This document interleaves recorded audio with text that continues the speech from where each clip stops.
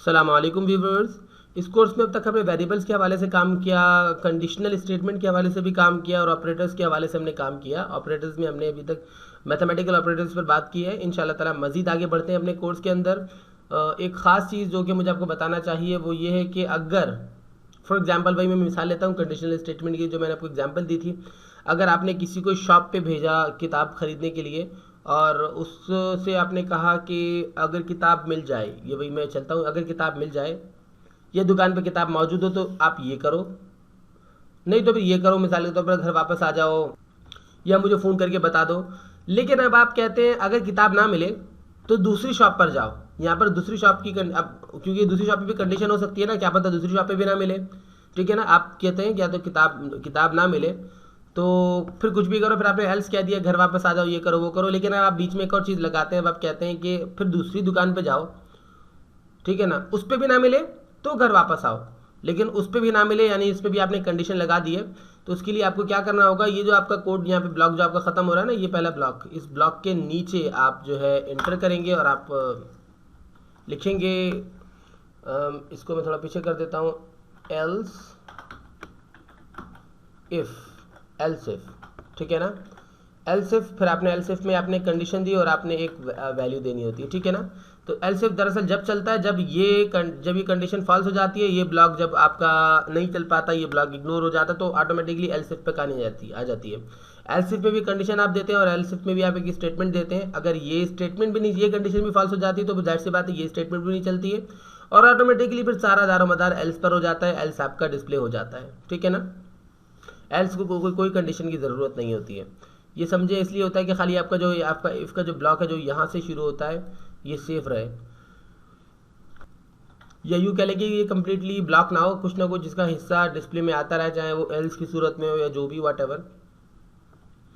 अब यहाँ पर मैं कहता हूँ एल्स इफ में मैं कहता हूँ कि अगर num1 बराबर नहीं है num2 के, तो फिर एक और वेरिएबल नीचे क्रिएट करते हैं, variable my num3 is equals to 27। इसे मैं कर देता हूँ 28 ना। अब मैंने कहा अगर my num जो num2 के बराबर नहीं है तो वेरिएबल न्यू वैल्यू नहीं हो, बल्कि फिर मैंने एक और कंडीशन दी, मैंने कहा अगर my num जो है वो बराबर है my num3 के, अगर my2 के बराबर ऊपर हमने my2 पे किया, my2 के बराबर तो ऑब्वियसली नहीं है, तो ऑटोमेटिकली फिर मैंने कहा कि फिर my num अगर 3 के बराबर हो, my num 3 के बराबर हो तो फिर ये वाला ब्लॉक चले। इस ब्लॉक के अंदर मैंने कहा कि my var की जो वैल्यू हो वो हो जाए not matched with my num2 but okay with my num3। उसके बाद आपने लगा दिया सिंपली सेमीकॉलन लगाने के बाद अब आप आगे बढ़ते हैं, ब्राउज़र में चेक करते हैं, कंडीशन फॉल्स हो जाएगा जब दोनों मैच नहीं करेंगे, ठीक है ना। मैं चलता हूँ ब्राउज़र में, इसको मैं करता हूँ रिफ्रेश। ये किसी किस्म का एरर दे रहा है, ये कह रहा है कि कंपिलेशन एरर, इसने आपको पूरी डिफाइन की, तो अच्छी बात हुई बहरहाल।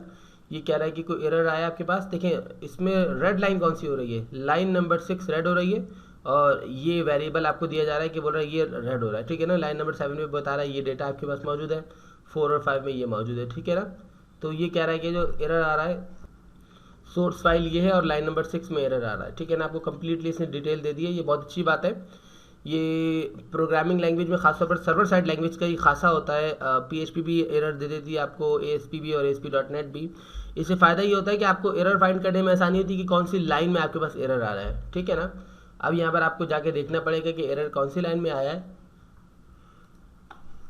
सो ऑब्वियसली उन्होंने कहा था कि लाइन नंबर 6 जो कि रेड हो रही थी हमारे पास, अगर हम ब्राउज़र में जाके देखें वैल्यू थी इसकी 27, ये रेड हो रही थी। यहाँ पर आकर आपने क्या लगाया, दरअसल आपने सेमीकॉलन नहीं लगाया, सेमीकॉलन लगा दें। अब आप इसको Ctrl+S दबा के सेव कर दें और अब अगर आप दोबारा ब्राउज़र में जाके इसको रिफ्रेश करेंगे तो आप देखिए अब ये वैल्यू दे देता है आपको, ठीक है ना। I am just getting the overview. अच्छा देखिए ये क्या कह रहा है, the value of not matched with num1 num2 but okay with num3, ठीक है ना। num3 के साथ ओके हो रहा है, यानी कि ये वाला ब्लॉक चल रहा है, ये वाला ब्लॉक जो है नहीं चल पाया। लेकिन अगर यहाँ पर 29 हो जाए, 27 यहाँ पर भी ना हो, यहाँ पर 29 हो जाए, यानी दोनों ब्लॉक नहीं मिल पा रही, ना ये ना ये, तो फिर क्या होगा, तो फिर बहुत सिंपल सी चीज़ें, रिफ्रेश करेंगे अब आएगा कंडीशन फॉल्स, यानी कि तीसरी कंडीशन आपकी चल जाएगी। आई विश कि आपको ये जो तीन मैंने ट्राइंगल बताया, एक मैंने तीनों का जिसके सहारे आप एक अच्छा सा इफ़ एल्स का ब्लॉक बना सकते हैं, ये आपको समझ में आया हो। आप किसी भी इफ़ के अंदर, चाहे इफ़ एल्स हो या फिर एल्स हो या फिर इफ़ हो, एल्स इफ या इफ़ हो या फिर एल्स हो, इन तीनों के अंदर आप मज़ीद, आप जो इनके ब्लॉक्स होते हैं इनके अंदर आप मज़ीद कोई इफ़ भी डिफाइन कर सकते हैं। जैसे कि आपने यहाँ पे कहा अगर, ये आप यहाँ पे कहते हैं, ठीक है ना, आप कहते हैं अगर माई नम माई नम और माई नम टू मैच ना करें, माई नम और माई नम 3 मैच कर जाए, यानी कि ये वाली कंडीशन चल जाए, तो ये ब्लॉक, तो जाहिर सी बात है इसका ब्लॉक चलेगा। और इसके ब्लॉक में आप कहते हैं कि क्या हो, दरअसल इसके ब्लॉक में आप कहते हैं एक और इफ़ चल जाए। इस एक इफ़ के अंदर मजीद आप इफ़ करें, इसे नेस्टिंग कहा जाता है। इसके अंदर आप मल्टीपल इफ्स आप इस तरह नेस्टिंग करके आप इंसर्ट कर सकते हैं। यहाँ पर आप कहते हैं कि यहाँ पे आप जनरली आप पूछते हैं बस इससे सिंपली के टू, या एक काम करता हूँ मैं, इसको मैं डुप्लीकेट कर लेता हूँ, ठीक है ना। मैंने इधर लिखा वेर, मैंने लिखा text two is equals to, same text में इंसर्ट करता हूँ हेलो STUDENTS स्टूडेंट्स, और देखें सेम टेक्स्ट है मेरे पास, सो इट मस्ट रन, ठीक है ना। अब मैं कहता हूँ यहाँ पे मैंने एक और कंडीशन दी, मैंने कहा टेक्स्ट, ये मतलब ये मेरा बताने का मकसद ये है कि स्ट्रिंग्स भी आपस में चल सकते हैं, स्ट्रिंग में भी कंपैरिजन हो सकता है। टेक्स्ट अगर बराबर हो टेक्स्ट 2 के तो ये ब्लॉक चल जाए, ठीक है। और ब्लॉक में लिखा जाए कि my var is equals to string is perfect, ठीक है ना, स्ट्रिंग इज परफेक्ट। अब हम इसे चेक करेंगे ब्राउज़र में, तो ब्राउज़र में जाने के लिए मुझे क्लिक करना होगा और मैं इसे रिफ़्रेश करूँगा, और उसके बाद अब आपको इधर एक नई वैल्यू मिल जाए। कंडीशन फॉल्स आ रहा है। कंडीशन फॉल्स आने की क्या वजह हो सकती है, मैं चलता हूँ कोडिंग पैनल की जानिब। नम 2 मिल रहा है ना नम 3 मिल रहा है, तो जाहिर सी बात है फिर एल्स आएगा कंडीशन फॉल्स, क्योंकि नम 3 29 है और एक्चुअल 27 है और नम 2 28 है। आपने नम 3 को मैच करा दिया 27 से, ठीक है ना, तो उसके बाद जाहिर सी बात है फिर ये ब्लॉक जब इग्नोर होगा तो ये ब्लॉक चल जाएगा। इन दो ब्लॉक्स का फ़ायदा ये कि दो इफ़, अगर आपने अपने पेज में दो इफ़ बनाया ना, एक इफ़ ये एक और इफ़ आपने बनाया, तो दोनों इफ़ चलेंगे। लेकिन इफ़ और एल्स इफ़ अगर होगा तो जो नीचे वाला एल्स इफ़ होगा या तो वो चलेगा या फिर इफ़ चल जाएगा, दोनों में से कोई एक चल सकते हैं, तीनों में से कोई एक, एल्स में से, इफ़ एल्स में से कोई एक चल सकता है और सारे नहीं चल सकते। अब मैंने इसे रिफ्रेश किया, अब आप देखिएगा क्या वैल्यू आपको मिलती है। स्ट्रिंग इज़ परफेक्ट, ठीक है ना, the value of string is perfect, ठीक है। इसका मतलब है कि ये हमने पहले इसे रीड कराया, मैंने कहा कि ये कंडीशन इसकी चेक करें, कंडीशन चेक हो तो इस ब्लॉक को चलाएं। इस ब्लॉक को चलाने ही लगा था कि इस ब्लॉक के अंदर मजीद उसे एक और इफ़ मिल गया, और फिर उसने उस इफ़ की भी कंडीशन चेक की, और उस इफ़ की कंडीशन चेक करने के बाद उसने एक वेरिएबल को डिफाइन किया। वैसे मैं आपको एक चीज़ बताते चलूँ कि आप अनलिमिटेड इफ्स लगा सकते हैं, इधर भी आप इस वैल्यू की जगह आप एक और इफ़ दे सकते थे, और एल्स इफ भी आप मजीद लगा सकते हैं, और इस इफ़ के साथ आप मजीद एक और एल्स इफ भी इंसर्ट कर सकते हैं, और जनरली आप एक और एल्स इफ इस ब्लॉक के ख़त्म होने के बाद आप एक और एल्स इफ डिफाइन कर सकते हैं, ठीक है ना, इस तरीके से। सो आई विश की कंडीशनल स्टेटमेंट के हवाले से जो मैंने इफ़ एल्स और एल्स इफ पे और ये नेस्टिंग के हवाले से काम करवाया है, ये आपको समझ में आया होगा।